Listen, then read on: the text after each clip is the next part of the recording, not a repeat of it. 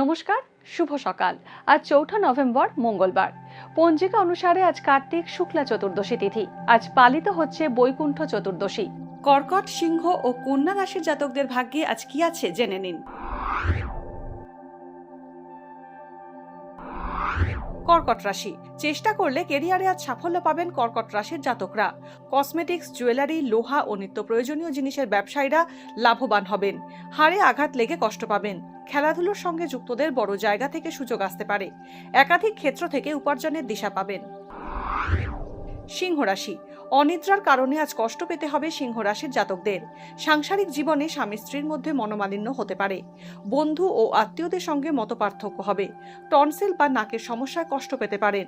চাকরি প্রার্থীরা সরকারি চাকরি পেতে পারেন। কথা কম বলুন, না হলে সমস্যা সৃষ্টি হবে। কন্যা রাশি, পেটের সমস্যায় আজ দিনভর কষ্ট পাবেন কন্যা রাশির জাতকরা। আজ আপনার আয় বাড়বে।